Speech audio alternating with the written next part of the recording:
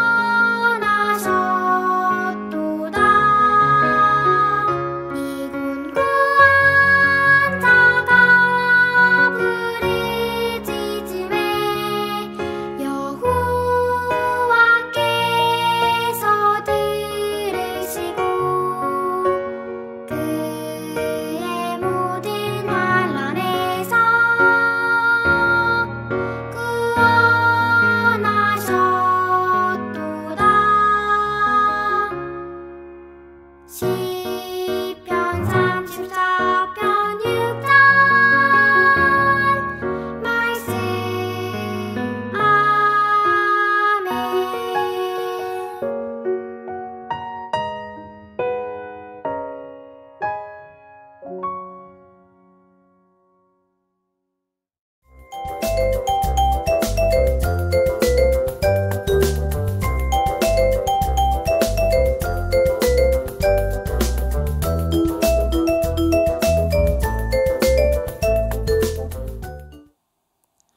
오늘 우리에게 주신 하나님의 말씀은 시편 34편 4절, 6절, 8절 말씀입니다. 내가 여호와께 간구하매 내게 응답하시고 내 모든 두려움에서 나를 건지셨도다. 이 공고한 자가 부르짖음에 여호와께서 들으시고 그의 모든 환난에서 구원하셨도다. 너희는 여호와의 선하심을 맛보아 알지어다. 그에게 피하는 자는 복이 있도다. 이 시간 환난을 극복하는 방법이라는 제목으로 말씀의 은혜를 나누겠습니다. 여러분, 사면초가라는 사자성어를 들어본 적 있죠? 사면초가의 뜻은 누구의 도움도 받을 수 없고 빠져나올 수 없는 고립된 상태를 의미해요. 그런데 러시아의 유명한 작가인 톨스토이가 그의 저서인 인생이란 무엇인가 라는 책에서 사면초가에 처한 인간의 모습을 굉장히 재미있게 묘사한 적이 있는데요. 한번 들어보십시오. 어느 날 한 나그네가 산길을 가다가 사나운 짐승을 만나게 되었어요. 나그네는 잡아먹을 듯이 달려드는 짐승을 피해서 도망을 치게 됩니다. 하지만 계속해서 따라오는 짐승을 피할 길이 없자 너무나도 급한 나머지 마을 입구에 있는 우물 안으로 뛰어들게 되었어요. 그런데 우물 안으로 뛰어드는 것은 스스로 죽음을 자처하는 일이었어요. 다행히도 나그네는 우물 안으로 떨어지면서 나무 뿌리를 붙잡게 되면서 살게 되었는데요. 그런데 그 순간 우지직 하는 소리를 듣게 되었고 위로 올려다보니 쥐들이 나무 뿌리를 양쪽에서 갉아먹고 있는 거예요. 쥐들이 나무 뿌리를 거의 갉아먹는 탓에 이제는 나무 뿌리가 더 이상 견딜 힘이 없었어요. 그리고 나무 뿌리가 끊어지려고 하는 순간 나그네는 아래를 내려다봅니다. 그런데 이게 웬일입니까? 우물 아래에는 물이 있는 것이 아니라 독을 품은 뱀들이 가득하게 머리를 쳐들고 나그네가 바닥으로 떨어지기만을 기다리고 있었던 거예요. 결국 나그네는 위로 올라갈 수도 없고 아래로 내려갈 수도 없는 상황이 되었던 것입니다. 만약 여러분들이 이 나그네와 같은 상황이라면 어떨 것 같나요? 아마도 목사님은 엉엉 울면서 살려달라고 애원했을 것 같아요. 여러분, 오늘 우리가 함께 살펴볼 이 시편의 말씀에도 이와 비슷하게 사면초가의 상황에 놓여 있던 다윗의 모습이 등장을 합니다. 함께 말씀 속에서 확인해 보도록 해요. 여러분, 시편에는 각 시마다 어떠한 상황에서 기록되어 있는지 알려주는 표제라는 것이 있어요. 오늘 본문인 시편 34편의 표제를 보게 되면 다윗이 어떤 상황에서 이 시를 기록하게 되었는지 알 수가 있는데요.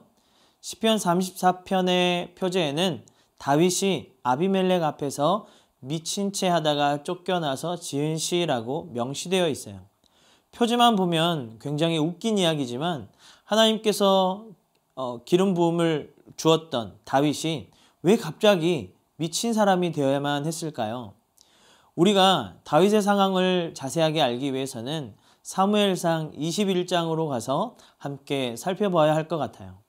사무엘상 21장에는 사울을 피해 도망치던 다윗의 모습이 등장을 합니다. 골리앗과의 전투에서 승리한 이후 다윗은 승승장구하며 백성들에게 인정을 받았습니다. 하지만 사울은 백성들에게 인정받은 다윗을 시기하고 질투하게 되었는데요. 시간이 지나면서 다윗에 대한 미움이 더욱 심해져서 결국 사울은 다윗의 생명까지 위협하게 되었죠. 하지만 다윗은 요나단의 도움을 받아 사울로부터 도망치게 되었어요. 물론 다윗이 사울과 싸울 수도 있었겠지만 지금 다윗은 사울을 대적할 만한 무기나 왕을 대적할 많은 군대가 없었어요. 무엇보다 사울은 하나님께 기름 부음을 받은 왕이었기 때문에 다윗은 사울을 함부로 할 수 없었습니다. 사울을 피해 도망자 신세가 된 다윗은 이제 어디로 가야 할지도 몰랐고 앞으로 어떻게 이 상황들을 해결해 나가야 할지도 몰랐어요. 이런 환난의 상황 속에서 다윗은 생각했어요. 차라리 이스라엘 땅을 벗어나면 괜찮겠지라고 생각하고 원수의 나라인 블레셋으로 도망을 치게 됩니다. 하지만 그 생각이 다윗의 인생에서 또 한 번의 최대의 위기를 맞이하게 됩니다. 다윗은 사울을 피해 블레셋 지역인 가드로 도망갔으나 가드의 아기스 왕의 신하들이 다윗에 대한 소문을 미리 듣고 그를 경계하고 있었던 거예요. 그리고 다윗을 잡아다가 아기스 왕 앞으로 데려갔어요. 블레셋 사람들의 뜻밖의 행동에 이제 다윗은 사울 왕뿐만 아니라 아기스 왕에게도 생명의 위협을 느끼게 되었어요. 지금 다윗은 앞뒤로 모두 막혀서 피해갈 수도 없는 사면초가에 놓인 상황이 되었어요. 이러한 환난의 상황 속에서 다윗은 좌절하지 않고 하나님께 기도하기 시작했습니다. 하나님, 이제 어떡하죠? 제발 이 환난에서 벗어날 수 있게 도와주세요 라고 말해요. 그때 하나님께서 다윗에게 이 모든 환난에서 벗어날 수 있도록 기발한 지혜를 생각나게 하셨어요. 그리고는 갑자기 다윗이 사람들 앞에서 미친 척하면서 이상한 행동을 하기 시작하는 거예요. 다윗의 눈에는 초점이 풀려 있었고 입에서는 침을 질질 흘려 수염까지 내려오게 하고 있었어요. 다윗을 처음 만났던 아기스 왕의 입장에서 헤헤 웃기만 하면서 문짝에는 아무 글이나 끄적거리고 있었던 다윗을 보면서 저런 인간이 골리앗을 이겼다고 라고 생각하면서 더 화가 났을 거예요. 그리고 아기스 왕은 신하들을 향해 분노하면서 이렇게 말을 하는데요. 다 같이 사무엘상 21장 14절의 말씀을 읽어보겠습니다. 시작. 아기스가 그의 신하에게 이르되 너희도 보거니와 이 사람이 미치광이로다. 어찌하여 그를 내게로 데려왔느냐. 아멘. 다윗의 이상한 행동에 사람들은 의아했겠지만 한편으로 다윗에게는 생명의 위협으로부터 벗어날 수 있는 절호의 기회가 되었던 것이죠. 그렇게 다윗은 블레셋 지역에서 도망쳐 나온 후에 환난 속에서 자신을 지켜주신 하나님께 감사하며 이렇게 시를 지어 고백합니다. 다 같이 시편 34편 6절의 말씀을 읽어보겠습니다. 시작. 이 공고한 자가 부르짖음에 여호와께서 들으시고 그의 모든 환난에서 구원하셨도다. 아멘. 다윗은 곤고한 상태에 있는 자신의 부르짖음에 하나님께서 들으시고 모든 환난에서 자신을 구원하셨다고 고백하며 찬송합니다. 그리고 다윗은 8절에서도 우리에게 그러한 주님의 선하심을 맛보아 하려고 권유하고 있는 것이죠. 그렇다면 여러분, 오늘 다윗의 모습을 통해서 하나님께서 저와 여러분들에게 말씀하시고자 하는 메시지는 무엇일까요? 그것은 환난 속에도 하나님을 의지하는 기도가 필요해요 입니다. 여러분, 다윗의 상황은 말 그대로 사면초가였어요. 더 이상 그는 도망칠 곳도 숨을 곳도 없었어요. 모든 상황들이 다윗을 향해 우겨싸며 그를 빠져나갈 수 없도록 만들었습니다. 그렇지만 속담 중에 하늘이 무너져도 솟아날 구멍이 있다라는 말처럼 다윗은 환난의 상황 속에도 어떠한 방법이나 사람을 의지하지 않았어요. 그는 전적으로 하나님만을 의지하며 믿음으로 기도했다는 거예요. 그래서 오늘 본문 4절과 6절에 보면 다윗이 이렇게 고백하고 있어요. 내가 여호와께 간구하매 내게 응답하시고, 또 6절에 보시면 이 곤고한 자가 부르짖음에 여호와께서 들으시고. 무슨 의미입니까? 다윗이 환난 속에도 하나님을 붙잡고 간절하게 부르짖으며 기도했다는 거예요. 다윗이 하나님만 의지하여 기도한 결과가 어떻습니까? 하나님께서 다윗의 생명을 다른 사람의 손에 넘기셨나요? 아니에요. 위기와 절망의 순간이었지만 오히려 하나님은 자신을 의지했던 다윗을 눈동자처럼 지키시고 보호하셨다는 사실이에요. 할렐루야! 아멘! 말씀을 준비하면서 환난 중에도 하나님을 의지하며 기도했던 한 사람이 떠올랐는데요. 그 사람은 바로 존 버년이에요. 16세기 영국에서는 국가에서 허락을 받지 않고 말씀을 전하는 사람은 무조건 벌을 받는다라는 법령이 있었어요. 그런데 존 버년은 우연한 계기로 성도들의 요청에 의해서 교회에서 말씀을 전하게 되었는데요. 하지만 국가의 법을 어기고 말씀을 전한 죄로 12년간을 감옥에 갇혀 지내게 되었던 거예요. 존 버년이 오랜 세월 동안 감옥에 갇혀 있다 보니 그의 가족들은 너무나도 힘든 생활을 해야만 했어요. 앞을 보지 못했던 존의 아내는 거지처럼 구걸하다가 길에서 죽게 되었고 그의 자녀들은 졸지에 고아가 되어 고아원에 버려지게 되었어요. 갑작스럽게 찾아온 환난의 상황으로 존의 삶은 누가 봐도 비참한 인생이었어요. 하지만 존 버년은 비참한 환난의 상황임에도 불구하고 하나님을 먼저 의지했어요. 비록 감옥에 갇혀 있을지라도 포기하지 않고 하나님께 기도로 간구하기 시작합니다. 하나님, 지금 이 상황들이 너무나도 고통스럽습니다. 그러나 제가 주님을 위해 할 수 있는 일이 무엇이 있을까요? 제게 하나님을 위해 할 수 있는 일을 알려주시면 저는 절망하지 않겠습니다. 라고 말이에요. 그때 하나님께서 존 버년에게 감동을 주셔서 그는 감옥에서 글을 쓰기 시작하는데요. 그가 감옥에서 쓴 책이 바로 철로역정이었어요. 그리고 철로역정은 전 세계적으로 베스트셀러가 되었고 여전히 하나님의 복음을 책 속에서 이야기하고 있어요. 즉 환난의 상황에도 하나님을 의지하며 기도했던 한 사람이 이뤄낸 기적이 된 것이죠. 마찬가지로 저와 여러분들의 삶 속에도 다윗처럼 또는 존 버년과 같은 환난의 상황들이 생겨날 수 있어요. 왜냐하면 우리의 삶은 항상 좋은 일들만 일어나지는 않기 때문이에요. 예를 들어 어느 날 갑자기 친구들이 큰 병에 걸릴 수도 있고요. 또 정말 친했던 친구들이랑 크게 싸워서 관계가 깨질 수도 있고요. 또는 코로나로 인하여 부모님의 사업이 잘 안 돼서 가정의 불화가 찾아올 수도 있어요. 정말 내가 생각하지도 못했던 환난들이 나를 에워싸매어 괴롭게 만들 수도 있다는 거예요. 그러한 환난들이 갑작스럽게 나에게 찾아올 때 우리가 가장 먼저 해야 하는 것은 세상의 방법을 찾아다니는 것이 아니라는 거예요. 우리가 먼저 해야 하는 것은 환난 속에도 하나님을 먼저 찾고 의지하는 거예요. 그리고 내 자리에서 하나님께 부르짖고 기도하는 믿음의 모습이 필요하다는 거예요. 그럴 때 하나님은 내가 겪고 있는 환난으로부터 벗어날 수 있는 구원의 통로를 눈으로 보게 하실 줄 믿습니다. 하지만 안타깝게도 대부분의 사람들은 환난이 찾아오면 빨리 해결할 수 있는 방법부터 찾아다녀요.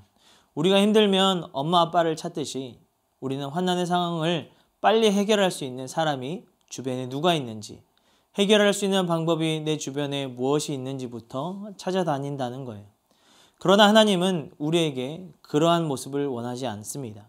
하나님이 저와 여러분들에게 원하시는 것은 하나님, 저에게 이러한 환난들이 생겼어요. 이러한 환난들을 어떻게 헤쳐가면 좋을까요? 도와주세요. 라고 말하면서 하나님을 먼저 의지하는 모습을 보기 원하시는 것이죠. 그렇다면 지금 여러분들의 모습은 어떻습니까?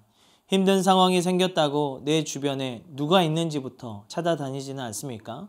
어떠한 방법부터 생각하고 찾아다니지는 않나요?